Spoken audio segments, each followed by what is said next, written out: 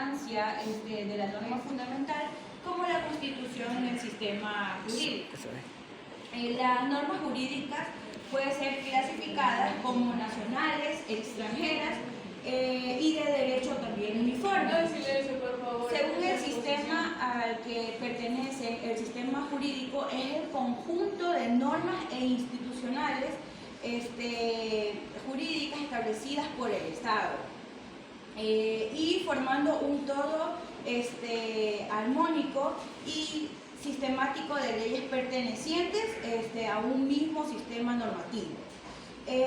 La pertenencia de una norma a un sistema normativo depende de su referencia directa o indirecta a una norma suprema, como la Constitución o la ley también fundamental, que ocupa la cúspide de la pirámide de Kelsen.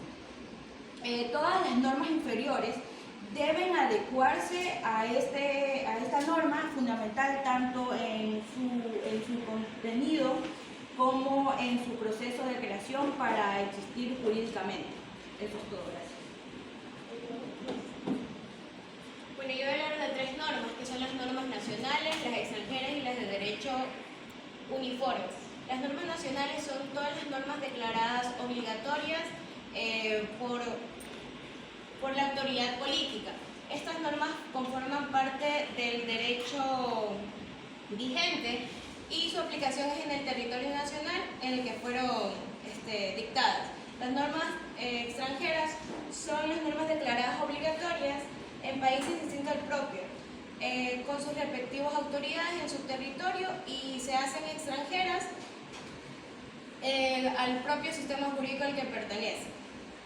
Y las normas de derecho uniforme son las normas de tratados son las que surgen del tratado internacional que celebra cada país en otras naciones. Estos tratados pueden ser derechos civiles, comerciales, humanos, políticos, criminales, etc.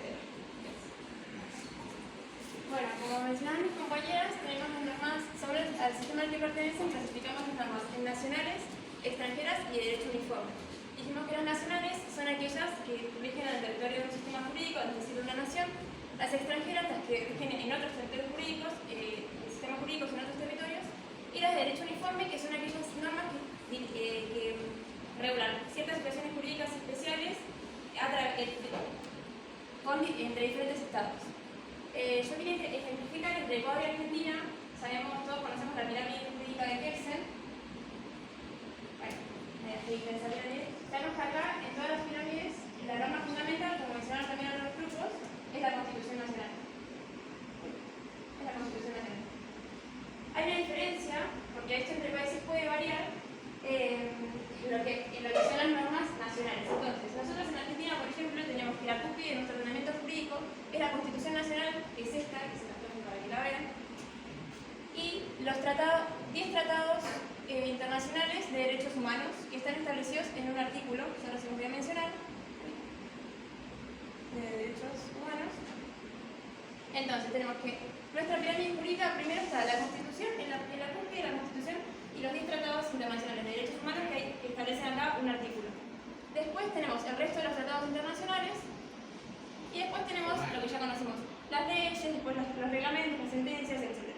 Bien, en Ecuador yo no estoy adentrada todavía en su sistema jurídico, pero creo que en la cúspide está primero la Constitución Nacional y en un rango inferior están los tratados internacionales. Todo esto lo van a demarcar, lo van a disponer las normas nacionales, o sea, este tipo de normas que tenga cada uno de nuestros países. Por ejemplo, en Argentina la Constitución se reformó en el año 94 y ahí fue que se agregaron ciertos artículos, estos tratados internacionales con jerarquía constitucional. Es decir, todo lo que esté acá en la pirámide jurídica se tiene que adecuar a la Constitución y a los tratados internacionales de derechos humanos. O sea, están en el mismo rango, tienen jerarquía constitucional. Estos no tienen jerarquía constitucional. Por ejemplo, en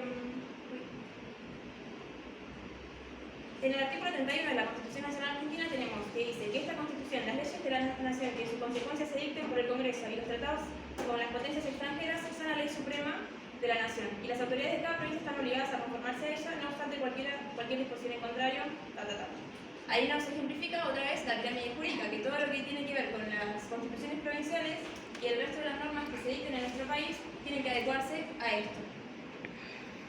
Tenemos en el artículo 28 que los principios, garantías y derechos reconocidos en los anteriores artículos no podrán ser alterados por las leyes que reglamenten su ejercicio. Otra vez, ninguna de estas leyes puede alterar lo que dice la Constitución y estos tratados. Después tenemos el artículo 36, que dice que esta Constitución mantendrá su imperio aun cuando se interrumpiera su observancia por actos de fuerza contra el orden institucional y el sistema democrático. Estos actos serán insanablemente nulos. ¿Qué quiere decir esto? Que la Constitución va a regir siempre, no importa que haya un golpe de Estado ni nada, y esto es muy importante para nuestro sistema jurídico, porque durante el siglo pasado tenemos 5 golpes de Estado distintos en los que la Constitución perdió su imperio. Entonces, esta pirámide no existía, y existía lo que decía las Fuerzas Armadas que estaban a cargo del gobierno a través de un golpe de Estado. Entonces, ahora la Constitución tiene un mecanismo propio de protección de que siempre va a regir la Constitución, no importa si hay un golpe de Fuerza Armada.